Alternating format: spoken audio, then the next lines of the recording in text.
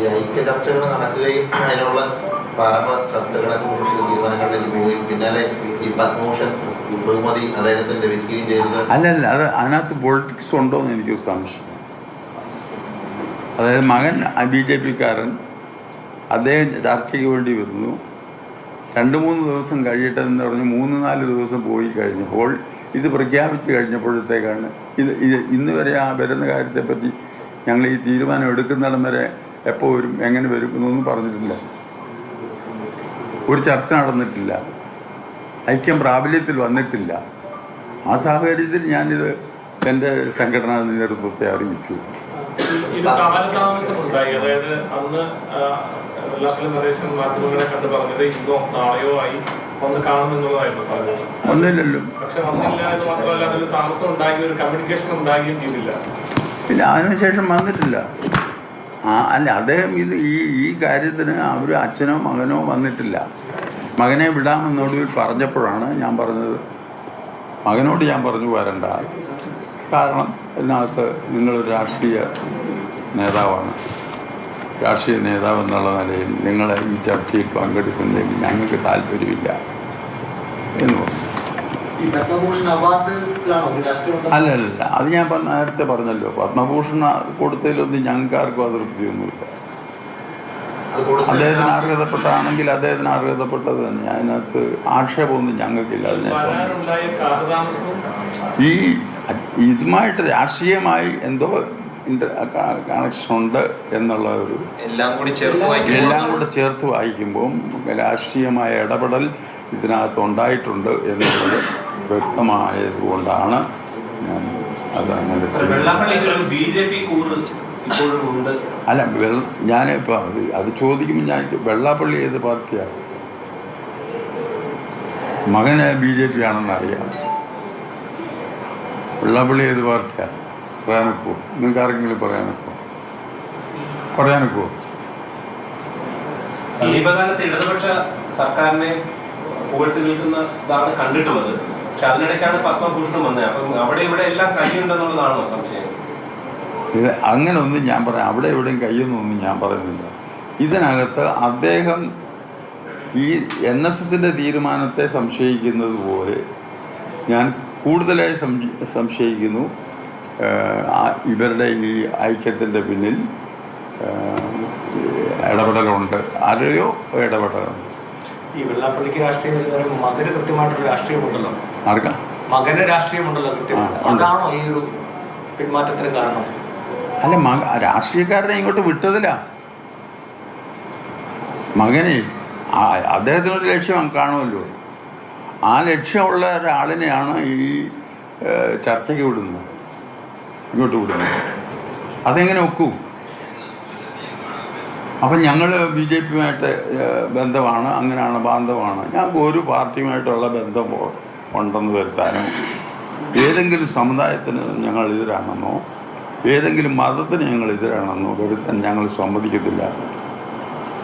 ഇപ്പോഴും എല്ലാ സമുദായങ്ങളോടൊപ്പം SNDP-യോടും സൗഹാർദ്ദപരമായിട്ട് പോകാനാണ് താല്പര്യം.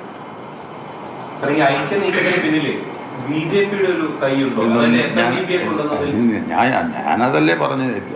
അതായത് ഒരു BJP എന്നോ ഏതെങ്കിലും പാർട്ടി എന്നോ പറഞ്ഞില്ല, രാഷ്ട്രീയ ഇടപെടൽ അതിൻ്റെ പിന്നിലുണ്ട് എന്ന് ഞാൻ സംശയിക്കുന്നു. ഇപ്പോഴും ഞാൻ സംശയിക്കുന്നു. NSS എപ്പോഴും ക്രിയാത്മകമായ വിമർശനം ഉന്നയിക്കാറുണ്ട്, പ്രശ്നാധിഷ്ഠിതമായ വിമർശനം നടത്താറുണ്ട്. NSS സമദൂര നിലപാട് രാഷ്ട്രീയത്തിൽ ഒരു രാഷ്ട്രീയ പാർട്ടിയോട് ഉപയോഗിക്കാതിരിക്കുന്നു. അങ്ങനെയൊക്കെയുള്ള നിലപാട് സ്വീകരിക്കുന്നതാണ് ഈ പത്മഭൂഷൺ ഉൾപ്പെടെയുള്ള കാര്യങ്ങളിൽ NSS-നെ ജനറൽ സെക്രട്ടറിയൊക്കെ പരിഗണിക്കാതെ കേന്ദ്രം. NSS ഞാൻ വിചാരിച്ചിരുന്നത് ഇതിനു മുമ്പേ അതിനെ പത്മഭൂഷൺ എനിക്ക് കിട്ടിയത്. കേട്ടോ, അതുകൊണ്ട് അതൊന്നും പറയണ്ട. എനിക്ക് അങ്ങനെയുള്ളൊരു ആഗ്രഹമൊന്നുമില്ല. ഞങ്ങൾക്ക് ആർക്കും അങ്ങനെ ആഗ്രഹമില്ല. ആഗ്രഹം ഉണ്ടായിരുന്ന എപ്പോഴേ കിട്ടിയേനെ, എന്തെല്ലാം സ്ഥാനമാനങ്ങൾ കിട്ടിയേനെ.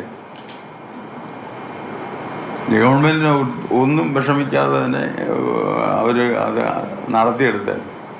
പക്ഷെ ഞങ്ങളതിനൊന്നും വീഴുന്ന ആളുകളല്ല എന്നുള്ളത് കൊണ്ടാണ്.